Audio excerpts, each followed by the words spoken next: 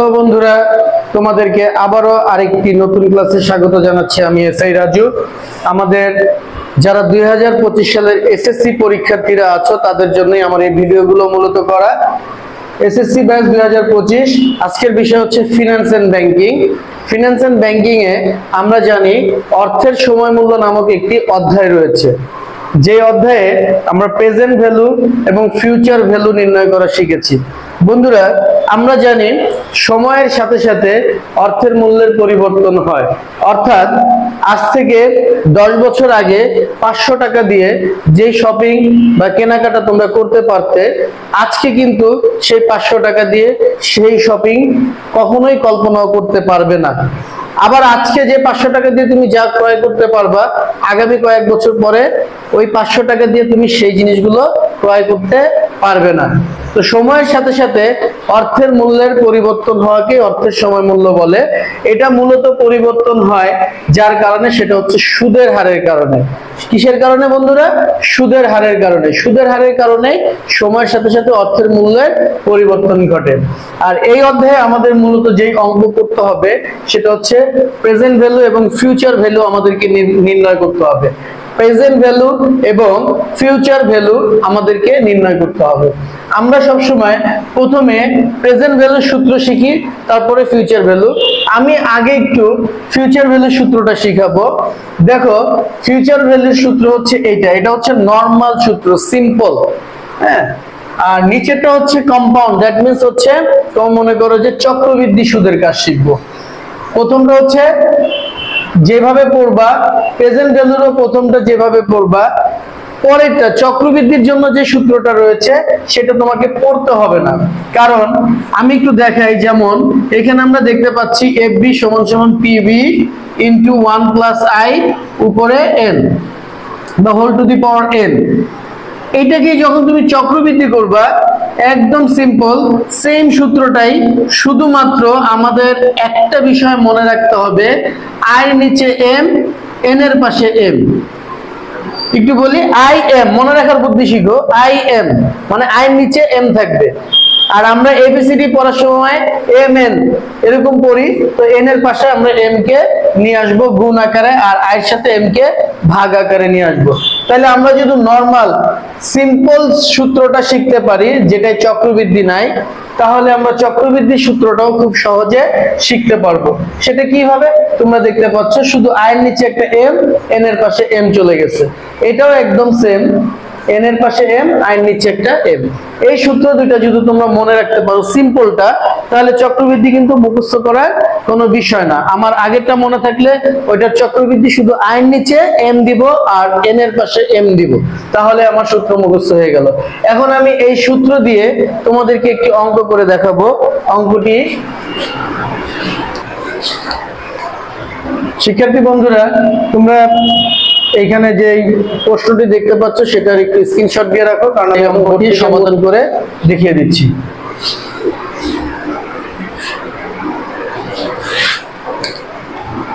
ক ব্যাংকের ক্ষেত্রে এখানে কি কি দেওয়া আছে তোমরা একটু দেখো। জনাব রানা বর্তমানে 10 লক্ষ টাকা, এই কথাটার মানে হচ্ছে জনাব রানার বর্তমানে টাকাটা দেওয়া আছে, অর্থাৎ আমাদেরকে এখন FB ফিউচার ভ্যালুটা বের করতে হবে। তাহলে আমরা প্রথমে এখানে প্রশ্নে পেয়েছি প্রেজেন্ট ভ্যালু, বর্তমান মূল্য হচ্ছে 10 লক্ষ টাকা। তারপরে সময়কে আমরা n দ্বারা প্রকাশ করব, সেটা আছে 5 বছর। তারপরে দেওয়া আছে সুদের হার I = 10%। এই অঙ্কের ক্ষেত্রে বন্ধুরা যে কোনো পার্সেন্ট যদি দেওয়া থাকে সেটাকে আমরা 100 দিয়ে ভাগ করব, অর্থাৎ 0.1। অনেকে উপরে 10 নিচে 100 লিখে দেয়। হ্যাঁ, এটার ফলাফল এটাই আসতেছে, 10 কে 100 দিয়ে ভাগ করলে 0.1। আমরা এখানে পরীক্ষায় যে কোনো পার্সেন্টই থাকতে পারে, যেই পার্সেন্টই থাকুক সেটাকে আমরা 100 দিয়ে ভাগ করব। আমরা প্রেজেন্ট ভ্যালু জানি, n জানি, I জানি, কিন্তু আমরা জানি না FB। তাহলে FB = হোয়াট? আসলে এখন আমরা এটাকে সলভ করি। আমরা জানি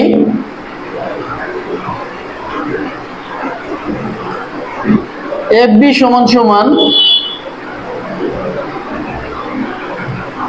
পিভি ইন্টু 1 প্লাস আই উপরে এন। এই সূত্রটা আমি তোমাদেরকে কিছুক্ষণ আগে দিয়েছিলাম। এখন শুধু যার যার মানটা লিখলেই হয়ে যাবে। প্রেজেন্ট ভ্যালু হচ্ছে 10 লক্ষ টাকা,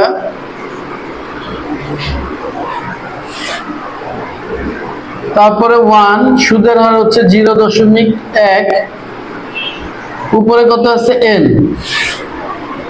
এন আছে 5 বছর, 10 লক্ষ, এটার সাথে এটা যোগ করলে 1.1 উপরে 5,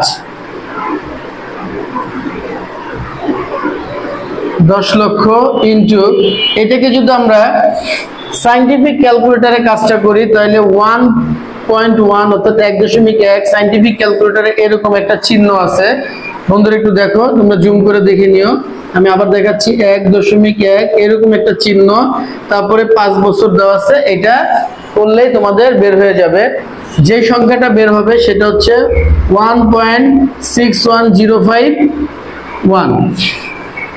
আর আমরা যারা নরমাল ক্যালকুলেটর দিয়ে করব, এই ক্যালকুলেটরে বছর যখন কম থাকবে একদম সহজ, 1.1 এখানে গুণ চাপ দিয়ে আমরা এটাকে 5 বার চাপ দিব, তাহলে 1.61051। একটু দেখো, এইখানে যখন 6 লেখা দেখবা তখন তোমাদের ধরে নিতে হবে তোমার 5 বছর একটা বের হয়ে গেছে। তাহলে 1.61051 আমাদের বের হয়েছিল। বন্ধুরা একটু লক্ষ্য করো, আমাদের এখানে একটা কনফিউশন থাকে যে স্যার আমরা দশমিকের পরে কত ঘর লিখবো। যদি দেখো আমরা দশমিকের পরে বের হয়েছে মাত্র 5টা ঘর, তাহলে সেক্ষেত্রে আমি 5 ঘর লিখতেই পারি, এটা কোনো প্রবলেম নাই। আর যদি দেখো দশমিকের পরে অসংখ্য সংখ্যা বের হয়েছে, তাহলে সেক্ষেত্রে তোমরা 3 ঘর, 4 ঘর, 5 ঘর যে কোনোটা লিখতে পারবা। আমি আমার স্টুডেন্টদেরকে সবসময় দশমিকের পরে 4 ঘর নিতে বলি যখন অনেক সংখ্যা থাকে। তাহলে এটা দিয়ে এখন আমরা 10 লাখের সাথে এটা গুণ করব, ইন্টু 1.61051 সমান সমান বের হয়ে গেছে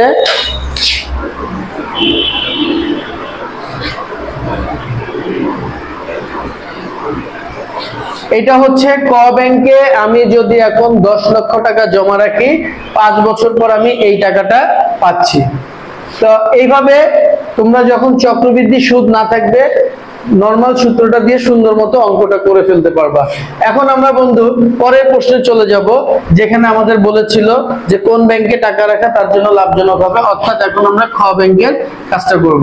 এখানে তোমাদেরকে আরেকটি কথা বলি, যখন এখানে মনে করো বলছে 10% চক্রবৃদ্ধি সুদের প্রস্তাব দিয়েছে, তো 10% চক্রবৃদ্ধি লেখা ছিল, কিন্তু চক্রবৃদ্ধির সংখ্যা কিন্তু বলা নাই, মাসিক না দৈনিক না সাপ্তাহিক না 2 মাস পর পর 2 বছর পর পর কিছু বলে না, এরকম কোনো সংখ্যা কথা তারা বলেনি।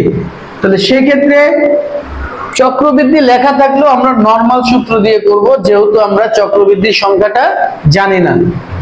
এখন আমরা খ ব্যাংকে কত টাকা তার জমা রাখা হবে এটা আমরা এখন খুঁজে বের করব। তো বন্ধুরা তোমরা এটা বেশি বেশি প্র্যাকটিস করবা, পরীক্ষায় যেটাই আসুক, হয়তোবা এখানে ভবিষ্যৎ মূল্য দেওয়া থাকবে, তোমাদের প্রেজেন্ট ভ্যালু বের করতে হবে অ্যাজ লাইক দিস, সেম একই ভাবে, শুধু সূত্রটা লিখবা আর কাজটা করে ফেলবা।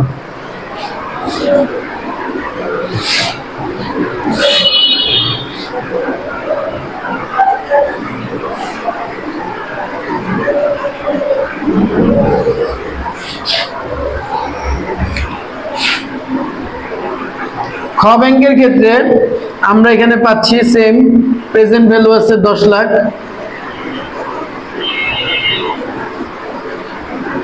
সময় আছে 5 বছর,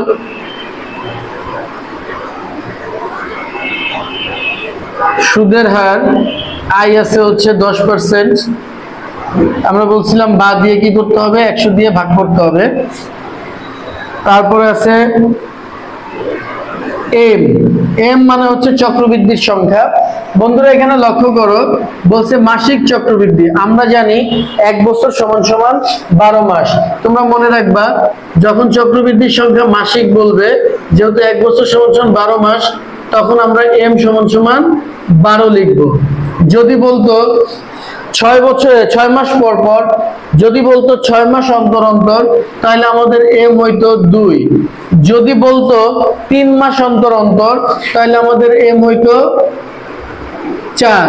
যদি বলতো 4 মাস পর পর তাহলে আমাদের এম হইতো 3। যদি বলে সাপ্তাহিক, সাপ্তাহিক বললে আমরা জানি 1 বছর সমান সমান 52 সপ্তাহ, সেক্ষেত্রে আমরা এম এর সংখ্যা লিখতাম 52। দৈনিক বললে 365। আচ্ছা বন্ধুরা, এখন আমরা যেহেতু দেখছি এখানে মাসিক চক্রবৃদ্ধির কথা বলছে, তাহলে এম এর সংখ্যা হচ্ছে 12। এখন আমরা জানি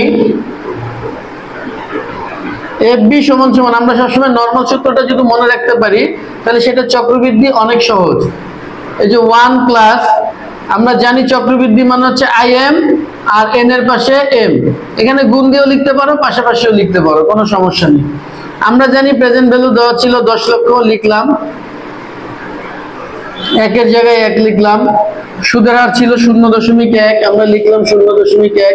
এম হচ্ছে 12, আমরা লিখলাম 12। এখানে এন হচ্ছে 5 আর এম হচ্ছে 12, তাহলে 10 লক্ষ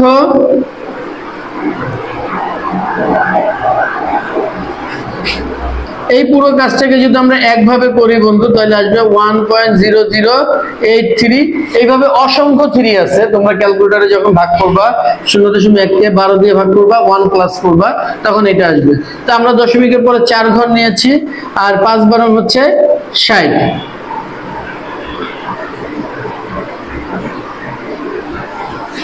তোমাদেরকে বলেছিলাম এই যে এটা বের করতে হলে সায়েন্টিফিক ক্যালকুলেটরে তোমরা 1.0083 এরকম একটা চিহ্ন পাবা, তারপরে 60 দিলে তোমাদের রেজাল্টটা তোমাদেরকে দিয়ে দিবে। আমরা এটা রেজাল্ট জানি বন্ধু, আমি লিখে দিচ্ছি 1.6420। এখন এটা দিয়ে এটাকে গুণ করব, 10 লাখ, দেখো 10 লাখ ইন্টু 1.6420 আমাদের আসতেছে 16,42,000। বন্ধুরা, এর আগের বার আমরা জানি আমাদের কত বের হয়েছিল,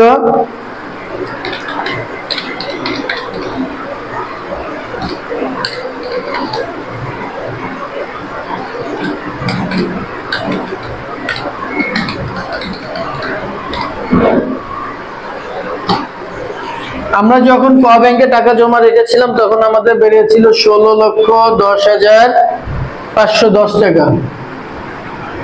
তো এবার তোমরাই বলো, যদি আমরা ক ব্যাংকে টাকা রাখি আমাদের 5 বছর পর তারা দিবে হচ্ছে 16,10,510 টাকা, আর যদি আমরা খ ব্যাংকে টাকা রাখি তাহলে তারা 5 বছর পর আমাদের দিবে 16,42,000 টাকা। তাহলে রানা সাহেবের জন্য কোন ব্যাংকে টাকা জমা রাখা লাভজনক হবে সেটা অবশ্যই আমরা বুঝে গিয়েছি, সেটা হচ্ছে খ ব্যাংকে রানা সাহেবের টাকা রাখাটা লাভজনক হবে। সো এইভাবে যদি তোমরা এই অঙ্কটা করতে পারো, ঠিক একইভাবে তোমরা সংখ্যা চেঞ্জ করে, পার্সেন্টেজ চেঞ্জ করে অন্য আরো দুই একটা অঙ্ক প্র্যাকটিস করবো, প্রয়োজন হলে আমার কমেন্ট বক্সে পাঠিয়ে দিবা, ইনশাল্লাহ তোমাদের কোনো অঙ্কে প্রবলেম হবে না। যদি এখানে বর্তমান মূল্য না দিয়ে বলা থাকতো যে 5 বছর পর 10 লক্ষ টাকা পাওয়ার আসে, 5 বছর পর 10 লক্ষ টাকা, তার মানে আমরা বুঝতে পারতেছি এই 10 লক্ষ টাকা হচ্ছে 5 বছর পরের। দ্যাট মিন্স আমার এখানে ফিউচার ভ্যালু দেওয়া আছে, তখন আমাকে প্রেজেন্ট ভ্যালু বের করতে হইতো। সো বন্ধুরা, তোমরা বেশি বেশি এই অঙ্কটি প্র্যাকটিস করবা, ক ব্যাংকেরটা খ ব্যাংকেরটা দুইটাই প্র্যাকটিস করবা, এবং তাহলে তোমরা অর্থের সময় মূল্যের অধ্যায় থেকে যে অঙ্ক আসবে সেটা ইনশাল্লাহ পরীক্ষার হলে তোমরা নির্দ্বিধায় অ্যান্সার করতে পারবে। তো বন্ধুরা, অবশ্যই আমার ভিডিওটি যদি ভালো লেগে থাকে 2025 সালের অন্যান্য পরীক্ষার্থী ভাইদের উপকার করার জন্য তোমরা এই ভিডিওটি বেশি বেশি শেয়ার করে দিবা, আর কোথাও কোনো জায়গায় বুঝতে প্রবলেম হলে আমাকে কমেন্টস করে জানানোর চেষ্টা করবা। আমি তোমাদের উজ্জ্বল ভবিষ্যতের কামনা করে আজকের ভিডিওটি এখানে শেষ করছি, এবং তোমাদের জন্য আরো নতুন নতুন ভিডিও নিয়ে আসার কথা দিয়ে যাচ্ছি। সবাই ভালো থাকবা। আসসালামু আলাইকুম।